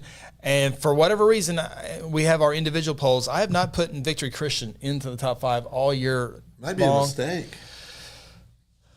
You go back and look at their record over the course of the year and their competition.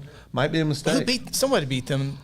It was just 2 weeks ago. Yeah, it was. Help me out there. Varner, by the way, also caught a touchdown pass. Thank you, Matt Portwood, on that as well. Victory Christian 2A got beat by, I guess I can pull up here real quick. I don't know why this just stings. Victory Christian. Oh, you're going to beat me to it, aren't you? Yep, I'm going to beat you. Oh, they lost 2 games this year. Yeah. They lost to Shiloh Christian. Big-time program out of Arkansas. It was Kiefer. Yes, but it was a tight ball Overtime. Game. Yeah. Overtime. Yeah. I know. I knew we'd get there somehow. Okay, Class 3A rankings. Lincoln Christian, number 1. Heritage Hall, number 2. Perkins, number 3. Sulphur, 4. Marlowe, welcome back, at number 5 in the rankings with the victory over Metro Christian, 28-14. Sulphur bumps up a spot. 1, 2, 3 stay the same this week. And earlier for the first 6-7 weeks of the year, we had Heritage Hall number 1, but we have switched to Lincoln Christian in the high school huddle polls. So, and one more note from Crescent. Varner also had the game-saving interception. And he caught a touchdown pass. I said that one. Oh, you did? Okay. Yeah. My bad. Yeah. I'm old. Did anybody else play for Crescent this week? Or the last week? Well, yeah. 21, probably about 28 other players. Oh, okay. Yeah. All right. Thank you for those notes. Again, we can't see every game when they're not. So yeah, we the more appreciate information that. you guys share is awesome. Yeah. That's a good part of this show. Class 4A rankings. Number 1, Wagner. Number 2, Poto. Number 3, Blanchard. Number 4, Tuttle.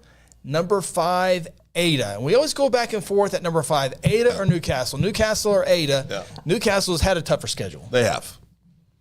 But at Ada 9-1, the Cougs. Ronnie loves him some Ada Cougars. He does. He also loves him some Poto. He does. Matter of fact, I'm going to speak on Ronnie's behalf. He's getting on the plane right now. I know. I'm going to speak on his behalf. He consistently has had Poto number 1 in 4A for the last several weeks. Yeah. So. Am I in trouble? Oh, boy. From who? Oh, boy. On the boss man. That ain't good. Like the boss guy. That's not a good look. All right. We were just talking about we were positive about the OSSA, right? Well, I said basically he deserved a Nobel Peace Prize. Okay. Yeah, I think we're in good shape. I think they might be watching. Oh, wait a second. No, we talk about it. No. Here we go. Now I'm getting a message. Go ahead. We'll see. Okay. Maybe we need to take a break. Okay. No. Class 5A rankings. Number 1, Carl Albert. Number 2, Dale City. Number 3, Guthrie. Number 4, Elgin. And number 5, Bishop Kelly. 6 would be Claremore if this top 5 expanded out a little bit. And that's been there. 1 through 4 has been there all season long. 7 would be Collinsville for me. 8 would be McGinnis. Yeah. And like we mentioned earlier, number 2 versus number 3 in Class 5A, duking it out in the second round of the playoffs to maybe perhaps play number 4 or number 6. Yeah, exactly. No, it's crazy. Crazy. Bunch of good football teams left in 5A.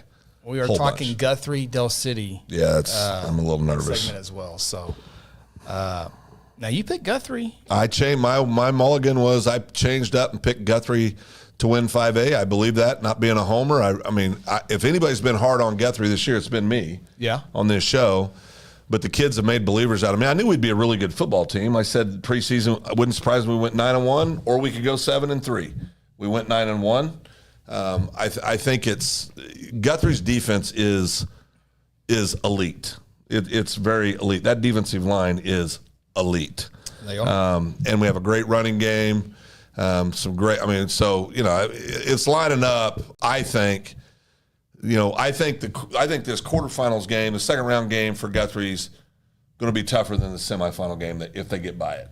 That's what I think. I think this is a tougher matchup than the semis. And then of course, one side note: since 2014, Guthrie. Yep. 0-5. 0-5 in second round games. Yeah. So this is a big game. 2 of those losses have been Collinsville. 1 of those losses has been McAllister. Yep. So they're losing to good teams who are going to the championship games. Yeah, going to state championship games. So this might be a good sign for Del City. Could be. If you go off of history. But this is a better Guthrie team. This is the best Guthrie team I've seen in several years. Yeah, we're starting to give our we got to pick. Okay, sorry. We're going to get too far in the weeds. We got plenty of that more to come. Could argue Guthrie at 2 and Del City at 3. And then what about the Elgin? 4. There's no argument there. I don't. No argument. Nope.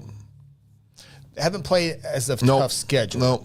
Although they shut out Piedmont 20-0. It did. So, all right. Well, we'll have more 5A talk in a little bit because we're picking all 4 of the quarterfinal games on our next segment. Yeah. 6A2, Phil. Boy, I don't know what's that all about. You love that Rams logo. I sure do. No, we don't have time. You're going to have to live with it. I have to reload it. You're going to have to live with it.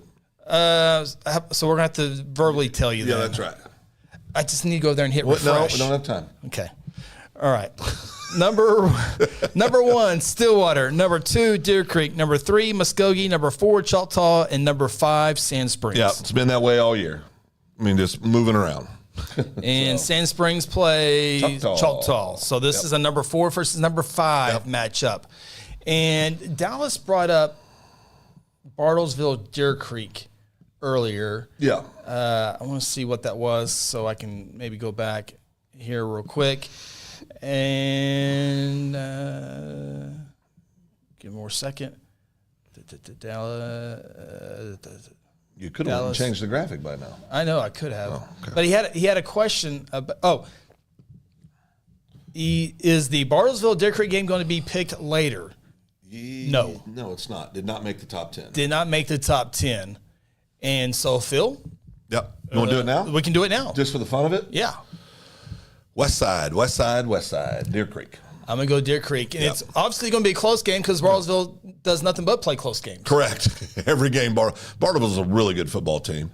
They're playing really good toward the end of the year, too. Yeah, they are. In fact, they made me pause looking at what's with the Sand Springs, the way they've been playing here as of late. Let's be real fair to the 6A2. We haven't really given them a whole lot of conversation because really we'll probably get a whole lot next week because the games get a lot better. Yeah. Bartlesville 5-6 on the year. Yep. 1 point loss to Claremore. Lost by 8 to Sapulpa. Lost by 13 to Collinsville. Beat Washington only by 11. That was not a good. Beat who? Booker T. Washington. Yes. 21-10. That's a bad loss. That's a bad win. That's a bad win. This year it is. Yeah. Lost to Stillwater by 4. Lost to Sand Springs by 3. Lost to Muskogee by 3. Took it to Tahlequah and took it to Pump City North. Yeah, I mean, they've gotten better. This is going to be a good game. Yeah, it's going to be a good game. Yeah. All right. And then we finally take a look here at 6A1 rankings. Number 1, Bixby. Number 2, Union. Number 3, Owasso. Number 4, Santa Fe. Number 5, Jinx. And once again, number 4 versus number 5 this week. Santa Fe at Jinx. Norman North would be 6 probably. I think Ronnie put Norman North at his number 5. He did. Had Jinx out. So that, I mean, if you look at Ronnie's poll, that's number 3 versus number 5. Yep. And so this is 6A1. Always fun, but it really gets interesting next week. But you could have a Jinx Union. Yep. So Santa Fe, we're picking Santa Fe Jinx. So we'll save that for the last segment. We're going to take our final timeout. We're going over 7:30 again, but oh well, that's okay. This is high school playoff football time, and we're going to come back and get our final break and come back with the top 10 games of the week and who's winning. Yep, I got them all. You're doing this. Oh no. Oh, never mind. 6 and 4. You do the same thing. You're going to pick them with us. Back up to this. This is the High School Huddle, presented by Generations Church. At Generations Church, we exist to love God, love people, and serve both well. We're a multi-generational, multicultural church that believes in being a light to our city and our region. At Generations, we don't believe that church can be put in a box. We're a church that accepts all people from all walks of life, young, old, rich, and poor, and you will feel welcome at Generations. Join us at 10 a.m. every Sunday at 2524 West Noble in Guthrie, America. You can also join us at generationsguthrie.online.church. Hey, you in the third row. Yes, you. When was your last dental checkup? Dr. Louis Turney and his staff provide dental care in a fun, relaxing environment. Still not convinced? Prefer to sleep through your appointment? No problem. We can do that too. Our staff can ensure you have a relaxing experience no matter what. Got kids? Hey, so do we. Come see what all the moms are talking about. Our kid-friendly staff loves to provide care to even the tiniest of teeth. Give us a call today. We've got the whole family covered. Give Dr. Louis Turney a call at 282-7600. Today I'm sharing Golden Chick with the world. Are you ready to taste Golden Chick for the first time? 100% tenderloin, that's where the golden tenders come from. Marinated for 24 hours. It is amazing. And we also got the rolls, made fresh. It feels like they were just baked. You know why it feels that way? They were. Every time I go, I like to get extra rolls, so I love it. We are being kind of photobombed right now by the one and only Clucky. Have you met Clucky the chicken? Don't get too starstruck. He's just a regular guy.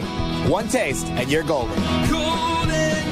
He's on Tender. That's like a chicken dating app. Sometimes you need immediate care and can't get in to see your doctor during regular hours. With Mercy Convenient Care in Guthrie, you can walk in without an appointment and get the medical attention you need at a lower cost and with shorter waiting time than your local emergency room. The Mercy Convenient Care is located at 2919 South Division. For any concerns, call 405-282-6301. Services are provided by Mercy Hospital, Logan County. Choose Guthrie. Choose Mercy. Aspen Roofing is a family-owned roofing company with more than 20 years of experience and achievements across Oklahoma. Aspen Roofing takes pride in the personal service we provide on each job, and we strive to maintain the highest level of quality while offering our customers a reasonable price. It is our commitment to help you understand the process of getting a new roof from start to finish. Call Robbie Hudson for a free roofing estimate at 405-562-0026. Exxon was founded by two combat-proven veterans to help businesses grow from mediocre to exceptional. We know from experience that your culture and trust throughout the organization drive superior performance. Most business owners focus on the urgent rather than the important. They are just struggling to survive. The team at Exxon helps owners identify challenges, build solutions, and focus on growth. Do you trust your team? Does your team trust you? If not, we can help. We are Exxon.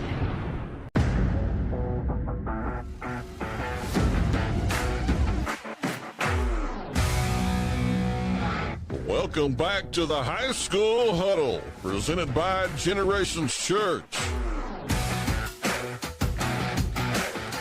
Final segment here on the High School Huddle.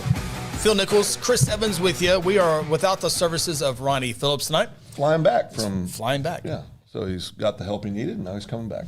So we'll see if he's allowed off his probation, back onto the show for the semifinals. This is the important time of the year. There'll be a vote tomorrow. Okay. Yep. All right, you've already voted no. Well, that's where I'm sitting right now, a firm no. But a firm no. Right now. But he'll have his representatives talk to us tomorrow and plead his case. I could be swayed. Like the Big 12 Conference. I could be swayed. Okay. Yep. All right. It is that time. And we are going to give our picks here in the top 10 games. We're doing every single 5A game. They are definitely in there. And we're going to have some 6A1, some 6A2, some 4A, some 3A, 2A, and A. A little bit of everything in our top 10 games of the week. And real quick, Phil, before we do that, here is the 6A2 rankings. Stillwater 1, Deer Creek 2, Muskogee 3, Delta 4, Sandy Springs 5. Yep. I just want to make sure that people I saw. know, you had to do it. The graphic was. Well, I put a lot of work in on those graphics, so I appreciate you getting those up there. Yeah. Program had a small little glitch there. So, all right. So we're going to give our picks, but you got to give us your picks as well. So that's the way it works. So you put in who you're picking in the comments, and we'll get those out there as well. And let me get to the right thing. We were talking football in between the breaks and kind of didn't get my stuff ready. Here that's not game picks. Okay. For the first time, by the way, first time in 2 weeks, no one went 10-0. I was close. Bounce here, field goal there, 4 touchdowns there. I mean, I was close. Chris was 8-2 a week ago. Phil 6-4. Ronnie 7-3. Phil 11 games back. How many games are left? Well, let's see. Could I get there? We got 10 this week. Yeah. 10 next. Yeah. No. Yeah, we can find 10. Yeah. I could get 20. there. So I could get there. 25, 30 games left. I could get there still. And you guys are going to have to completely have the wheels fall off, and I'm going to have to run consecutive 10-0s, but I could get You're there. going to have to pick the winners. This is kind of how I've planned it all year. Absolutely. Big into season You got us right where you want I us. do have you right where I want you. Okay, here we go. These games are tough. They are tough. These are tough. Yeah, they are tough. So we're going to give some motivation to some teams out Yes. there. We're going to break some hearts out there. Yep. That's why we got to get your picks in here as well. So here we go. Game number 10. You got Ronnie's picks? Yes. Let me pull those up here real quick. Oh, now I'm getting them. Now I got a message from. Oh, no, you got problems. Yeah, there's a real problem. What is going on? Well, there's a problem. I don't know what's going on. Okay. Ronnie's pick. Phil, first game out is Collinsville 9-2 on the road to Carl Albert 11-0. When you look at the last couple of state champions in Class 5A, it is Collinsville and it is obviously the Carl Albert Titans trying to go back to back here. I can tell you. I mean, Ronnie should go first every time since he's not here. Okay. That's his punishment. All right. Well, his punishment has Carl Albert winning. This one against Collinsville. Yeah. Am I next or you? It's me. Okay, go ahead. Since I know. Go ahead. Matt Portwood has Carl Albert winning. Dallas has Carl Albert winning. Yeah. Yeah. And I also have Carl Albert winning this one here. I think Carl Albert makes it to the state championship game. So you can't get to the state championship game if you don't win the second round game, right? Yeah. You can go ahead and put that logo up for me. I've already well. hit enter. Okay, good. Yeah. Now, I will say this. Carl Albert, Guthrie played him very, very tough. Came down to the last possession of the game. And Guthrie physically out-physicaled Carl Albert in that game. That night. Then Piedmont gives Carl Albert a ball game. Yeah. You know, so they're not invincible, guys. Yeah. They could be beat, but I just don't see it happening this week at all. Oh, out on my water? It's in the graphic. Oh, it's in the graphic. Just on the outside of the graphic. So I don't see that happening. I think Carl Albert wins this by a couple touchdowns. Collinsville's obviously beat Coweta, Yep. lost to Claremore, so they played some good teams. Yep. They've lost by 11 to Bishop Kelly, so this will be their biggest challenge. It will be their biggest challenge. By far. So, Yep. so far, you're with us. 1-0? 1-0. Okay. All right. We move to game number 9. It features Woodland 10-1 at Concord, who is also 10-1. I think Woodland's probably played the toughest schedule between these two. Concord lost the first game of the year to Kansas and has since then won 10 in a row. Really thought they were going to go 11-0, but Kansas is a good team up at upper class. It's Kansas too. Into a Ronnie has Woodland, the Cougars, winning this one here over Concord. By the way, I picked Concord at the beginning of the year to win the state championship. Yep. Chris has a dilemma. I think Fairview will probably could be there, maybe, if they get past Crescent this week. I really like Hominy. Yeah, I know you do. Oh, I went first with Carl Albert. So. Oh, it's me? Yeah. Give me Woodland. Woodland. Yep. First and goal. Okay, high school football has Concord by 3. Dallas has Woodland. Matt Portwood has Woodland. Oh, boy. Chris has a quagmire. Look. Oh, here we go. I circled Concord. This is how we end up going to 740. I circled Concord. I know you did.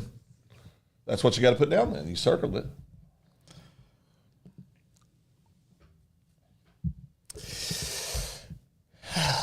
This is going to hurt. This is going to sting. It's going to sting, but I got to go with the Cougars of Woodland. Yeah. Got to go with Woodland. Yeah. I'm my preseason. Oh, I got to click off it. See, it's telling me to pick Concord because it wouldn't go off of there. Yeah. You don't like that now, do you? I do not like that. Yeah. I do not like because. Did you get it right or wrong? I think I got it right. Okay. Yeah. All right. That's what it comes down to. I got to be right. Got to be right. Yeah. All right, game number 8, Norman North taking on Owasso. This is another East-West, and is this the year that West can beat the East in the playoffs? No. All right, well, let's see here. Ronnie has the Rams winning. Of course, Owasso was off last week. They had to bye. Norman North had to suit up and play. Getting healthy. Easy victory on last Friday night, but Norman North making the trip to Owasso. Yep. and Owasso's playing good football. Remember, we were kind of nervous about Owasso early on the year. I don't know why they lost to Bixby and Union. Yeah. So now Owasso might have to see Bixby, if they can get past it here. But Owasso playing pretty good. They're a young team, so they're going to get better. And they have Coach Blankenship. That's the X factor. Huge factor. It's the X factor in every game. I have Owasso obviously as well. All right. Matt Portwood has Owasso. First and goal has Owasso. We were without the services Grant Oliver tonight. I know. Well, I guess Ronnie's not here. He's not here. Oh, package deal. Package deal. All right. Game number 7, the Crescent Tigers, 9-1 on the year. Their mayor, Phil Nichols, next to me, going on the road to Fairview. Crescent. During our football game on Friday night, I was like, Crescent, man. Really thought they would beat Ringling. Yeah. I counted them out. Yeah. But Cade, Cade Cade Varner had different thoughts. That's right. And they rallied to beat Ringling. Big challenge this week, though. I keep forgetting about my phone keeps down here. Ronnie, sell out. Ronnie has Fairview winning. Yeah. Chris? Got to go with the Jackets. Fairview. Got to go with Fairview. I can make one up here. I got to be fair. I can make one. And I had the view. I can make one up here. Last time you did that. Yeah, but. Okay. First and goal has Fairview winning. Dallas has Fairview winning. Phil has Fairview winning. Fairview. Yeah. All right. Fairview's a lot of football team. They're very good. With championship experience. Yes. And just a tough draw for Crescent. Yeah. They're a big-time football program in Class A, and they just happen to get Fairview. This is not a reflection of because I think Crescent is much better than a second-round team. But, man, you got to face Fairview. That's tough. Just tough draw. All right. Waiting for this to be official. There it is. Fairview across the board. We move to game number 6. It is Victory Christian, 8-2 on the season, going to the Prague Red Devils, 11-0 on the year. And Phil, I think Ronnie's jumped on the Prague bandwagon. Yeah. I mean, it's a good bandwagon. He has the Red Devils winning that one. Yeah. I mean, they're doing good. They're solid. Is it me or you? Oh, I must have messed up. Crescent's 9-1. Did I put 8-1? No, he said. Oh yeah, they are 9. LOL. He's saying I'm going to go 9-1 because I picked against Crescent. Yeah. I remember that. You got to speak Matt. He said it up earlier. Yeah, he did. Yeah, he set it up. He earlier. did. Yeah. You're up, Phil. Yeah, I'm up. Yes. I was the leader of the Prague bandwagon. I mean, I pushed for them the first week they made it in the top 5. Give me Victory Christian. Whoa. This is a tough one, man. Yeah, it is. I think Victory Christian is more they're more tested. More tested. Yeah, I agree with that. Prague beat who in overtime?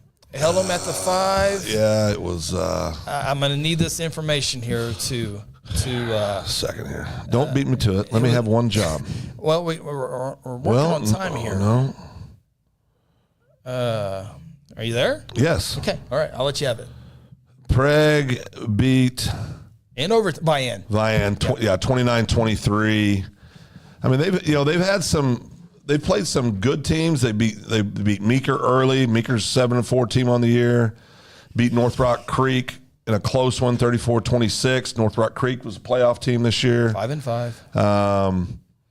They beat Sequoia Tahlequah, who was 8-3 on the year, 47-21. Right. Vian was 8-4, beat them. And then Spiro was 7-5. I don't know. There's just Victory Christian. It just feels like that they're playing really good football right now, Chris. Really good football. So give me Victory Christian. Come along for the ride, Chris. Dallas has Prague winning. If Dallas has Prague, I have Prague. For whatever reason, have not been able to get Victory Christian in top 5 all year. Yep. Why would I start now? Yep. So I'm going to stick with Prague. I don't. Your pick is good. I'm not. Yeah, no, it's a good game. Yeah, it's a good game. Phil, I think you might have an opponent for mayor in Crescent. Yeah, I saw Tanya's comment. Yeah. Sorry, Tanya. Yeah. And I love the name Tanya. It's one of my favorite names. Yeah. Yeah. Not all the Tanyas like you, though, that's for sure. All right. I've had a lot over 35 years. Game number 5 features one of our first 5A games that we'll take, a second 5A game that we'll take a look at. And it is Bishop McGuinness against Bishop Kelly, simply known as the Battle of the Bishops. It's a rematch of a game that was also played in Tulsa, right off I-44. New press box a couple years ago. They are the Comets hosting the Irish. So the Irish know how to get there with no problem. Ronnie has The Comets. BK, have it your way. And so it is my turn to go first. And I will go. See, McGuinness' offense came through. Yeah. Really did come through. It did last over week. Midwest City. Then you do it 2 weeks in a row, it's still going to be tough. If they put the same numbers, Bishop Kelly has a little bit more offense than Midwest City. So I will take Bishop Kelly for the victory. Dallas has Bishop Kelly, and Matt Portwood has Bishop Kelly. I'm not going against Matt Portwood twice in the same night. Give me Bishop Kelly. Bishop Kelly across the board, and we'll wait for the BKs to make it official. There it is. First and Goal also has BK. Appreciate that. It'll be fun. Yeah, it'll be a good ball game. Good That's always good. Long-standing, deep rivalry. So a little added element now in the playoffs. So it should be a great game. The winner to get the winner between Carl Albert and Collinsville. Could be all West. Could be all East. Could be. Could be a mix. Yep. We think it's going to be a mix. Going to be a mix. All right. Game number 4. Tuttle. 9-2 on the season. They take on the Wagner Bulldogs. 11-0 on the year. Ronnie, who do you think he picked? Ronnie? Yeah. I think he picked Tuttle. Cody Knox, we appreciate your help here. T-Fred not with us tonight, but Cody's making the pick for T-Fred. T-Fred has McGuinness this week.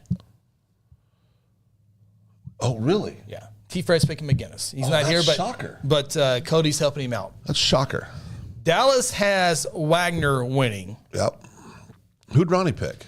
Ronnie picked Wagner. Yeah. Surprised me a little bit. Well, I picked Wagner too. Does that surprise you a little bit? No. Okay. No. Yeah. Seen Tuttle and good running backs, quarterbacks. Yep.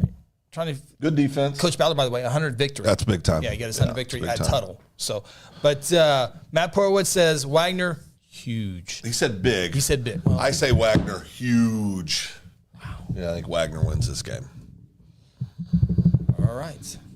Just like that, we're down to the final 3 games of week 2 of the playoffs here. Going to make sure that Wagner logo pulls up for the Bulldogs. Phil, we don't want any question. You got a 10-0 on the line. You haven't gone. Ronnie and I've gone 10-0. We know, Chris. I've gone 10-0 twice. Chris, we know. Okay. We might have to come back to it. Oh. There it is. Okay. Game number 3, Edmond Santa Fe at Jinx. It's a rematch of one of the big upsets. Well, maybe it was an upset. In the early part of the season, Santa Fe has to make the drive back up to Jinx, this time a right to play in the state semifinals. Jinx, 6-4, by the way. Yeah. That one loss to Bixby. Take the loss to Bixby away, which was 14, 17 points. Yep. Their other 3 losses combined 9 points. Yeah. Yeah. One of those coming by Santa Fe, though, by the way. Ronnie's taking Santa Fe. I know that. I have no doubt. Because he's been against Jinx all year. He hates Jinx. He despises Can't Jinx. stand them. He can't put him in the top 5. No, he hates them. He put Santa Fe in the top 5 all the time. What have you done for me lately? Dallas has Jinx. Matt Portwood has Jinx. Ronnie Phillips has Jinx. Phil Nichols has Jinx. Jinx. And Chris Evans also has Jinx. This is a motivated. Of course, Santa Fe's motivated. It's the playoffs. Everybody's motivated. Everybody's motivated, but Jinx has a little bit but of. Jinx here's what everybody's talking about. You know, this steep tradition. Union, Bixby. Yeah, 4 losses, Fe, all this stuff. You know, they hear about it. You know, they're. I think you're going to see a mad Jinx team Friday night. First and Goal, Jinx. Cody Knox, Jinx. Matt Portwood, Jinx. Dallas, Jinx. Ernesto had Carl Albert winning as well, if I caught up on those dates there. Yeah. So, Trojans across the board. We move to game number 2. It is Claremore and Elgin.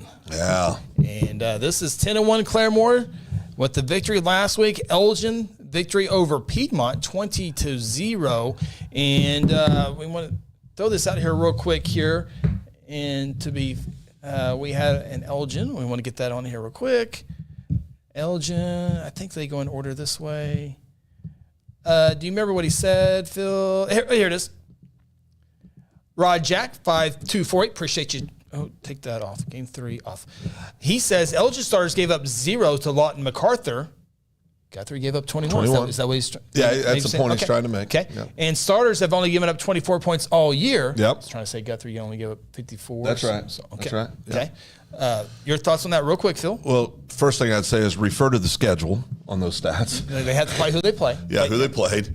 You know, Elgin's a great football team. A great football team. I mean, like I said earlier in the show, when we saw them last year in the first round, we left that game going, man, that's going to be a really, really, really good football team the next couple years, and they are, and they will be. You know, I just, and this is, and I hate saying things like this, but I think it's I'll just say it's one of the weaker districts in 5A football. This year it was. This year it was a weaker 5A4 district. was good. 5A3. Yep. 5A1, 5A3 can. They're comparable. I would say. I would probably guess 5A1. Yeah. But, you know, and I think that's where some of my hesitation comes in. You and I gave you my pick off the air before we came on. And then Ronnie has Elgin winning. Yep. Dallas has Elgin winning. Yep. Matt Portwood has Elgin winning. And First and Goal says this one and the next one are very tough. Yeah. He says, I think Elgin. Yeah, no, I agree with him. These are all going to be tough games. That's why they're. That's why they are where they are. Guys, Claremore making a long drive over to Elgin. Long drive. Great facility, great fans, great everything. Tougher schedule. Tougher schedules, Claremore. But with that also being said, Elgin has played Piedmont and Midwest City last 2 weeks. Yep. 3 points. 3 points. Great defense, obviously. Great offense at Elgin. Elgin was playing for a district title in Week 10. They were obviously playing for a first-round playoff, so they played the full game and only gave up 3 points defensively. We talked about all the points, but here they are defensively. Great football team. Give me Claremore. Wow. The Zebras. I got a feeling. And I've had Elgin for all year. I've never even let Claremore sniff the top 5. 6, so they were sniffing a little bit later in the season, but I just have a feeling about this game. I don't know, and listen, if Elgin goes in there and beats them by 4 touchdowns, wouldn't surprise me either. Wouldn't be surprised at all. Yeah. But I'm going with my gut feeling. I just think this game's ripe for an upset. Yeah, and this would be an upset, no question. I just think Claremore's going to get it done. It's interesting. I'm going to go with Elgin, but Claremore has all that momentum right now. Yeah, and really Elgin has that momentum as well. Yeah, Elgin's like, no one's putting us near Carl Albert. No one's putting us near Dell City. No one's putting us through higher than Guthrie. And they're playing, are they using that as motivation? Hopefully for the players and coaches they are for motivation. Yep. But because you only play who's in front of you. But, but Claremore, all the momentum. Elgin has a lot of momentum. Elgin won a playoff game. Didn't win one last year. Claremore hadn't been really effective since '99, really. Yep. So this is going to be good. The only thing that you keep Claremore has to make the trip to Elgin. So well, and the other thing I'll say this, and I think this is part of why my decision is. Remember, we saw them, the Elgin team last year. We saw a Guthrie team last tight end for the victory. Number 12 just went blank. Yeah, I went blank too. Yeah, I was going so good. You're on a roll. Marcus played at Marcus James. Yes. Committed to OU. Yeah. All right, Guthrie is at Dell City. Dell City 11-0 on the season. The Eagles are the District 5A3 state champion or 5A3 district champions, and Dell City has. I left all my notes at home, so this is kind of off my memory here. But really, their closest game was with Choctaw in the first game. Yeah. That's the one that got suspended. Yeah. With the off the field incident there. Yeah. But their closest game all year, McAllister, 35-21. That includes last week's victory over Pryor by 40 points. 14, 35, 49, 59, 67 points given up all season long, and they've scored too many points to even keep up with it here. They were 5A. They were going to be a good 5A team, and those transfers, Rodney Fields, LaDainian Fields, the cousins have moved in. LaDainian Fields has set records for Dell City, single-season records. River Warren has moved in, has set single-season records at Dell City. And then you throw in Rodney Fields, the talented running back, who runs hard. He's committed to the University of Oklahoma. Ladanian has committed to TCU. River Warren will go somewhere as well. I think this will be a big-time ball game. I've not talked to any Guthrie coaches this week. I've not talked to any Guthrie players this week. I went back and watched Dell City against Pryor. I went back and watched Dell City against Coweta, and I saw some things that Dell City does really, really, really good, and they are athletic. Coach Jones has them a little bit more disciplined than they've seen. By the way, Dell City's last 3 coaches, Robert Jones, Coach Dunn, and Jake Corbin, now the coach at Choctaw. They've won a few games. They won a few games. Dell City hasn't been in the state semifinals. They were 6-2 last time they did that. Guthrie hasn't been to the state semifinals since 2013. Right. So both teams have won first-round games. Both teams have not been able to get past this game here. Guthrie 0-5 in these games dating back to 2014 against good teams. I won't give anything what I've seen on paper because I'm not a coach and really don't know a whole lot. But I have seen a way. And early in the year, I didn't know if Guthrie would be able to keep up with all the great athletes at Dell City and the playmakers there. But I've watched it close, and this game can go either way. And this is why it's the game of the week. Yeah. But and you can call me a homer if you want, but I think Guthrie can go in there and get a victory against Dell City. Guthrie has already seen a team very similar in the Carl Albert Titans with weapons on offense and defense. And Dell City has not seen that this year. In a close game. We'll see how they react to that. Yep. And we'll see. But I think I got Guthrie in a close one. Yeah, and I'm the same boat. I've got Guthrie in a close one, too. Earlier in the year, I was much like you. I gave Guthrie – I just thought I thought they could beat Dell City earlier throughout the year. I thought, okay, that's a game Guthrie can win. I didn't give them as good of a chance. I thought odds were that Dell City would win that game if they played because of all the D1 talent you've seen. But let me tell you, we've got a tremendous running game at Guthrie. They're tremendous. They've got an outstanding defense at Guthrie. Special teams is playing lights out on kick coverage, kick return, punt coverage, punt return, playing really good football. I think one thing Guthrie does need to do, I think we're going to need to throw the ball a little bit. I'm not saying we got to go out and throw for 200 yards, but I think if they can go out, throw 8 to 10 times, complete 50% of those, I think that really makes a big difference. They're very capable of doing that. I think Guthrie wins a close one to set up that Guthrie-Claremore matchup, which, side note, talking about that schedule with Elgin, Guthrie still has 5 opponents in the playoffs that they've played. Elgin, 0. Okay. Yeah, that's a good stat there as well. That just adds more fuel to Elgin. Yeah, and we can't catch a break from anybody here. Yeah. Greg Gibson has Guthrie. Dallas has Guthrie. Larry Busby hates to say, but he believes Dell City will win. Larry and I flipped positions on that over the year. Reverse psychology. First and Goal has Guthrie winning, and Cousin Nate, Guthrie will win a close game if Calvary does a good job of managing the game. So those are some outstanding games this week. I'm tired. They only get tougher next week too. I'm tired. Yeah. So 10-0 though. I'm 10-0. That is, yeah. You got to keep your streak going. I'm 10-0. Yeah. All right. We'll find out. Which one did we pick different? You got Claremore. Yeah. And you also have Victory Christian.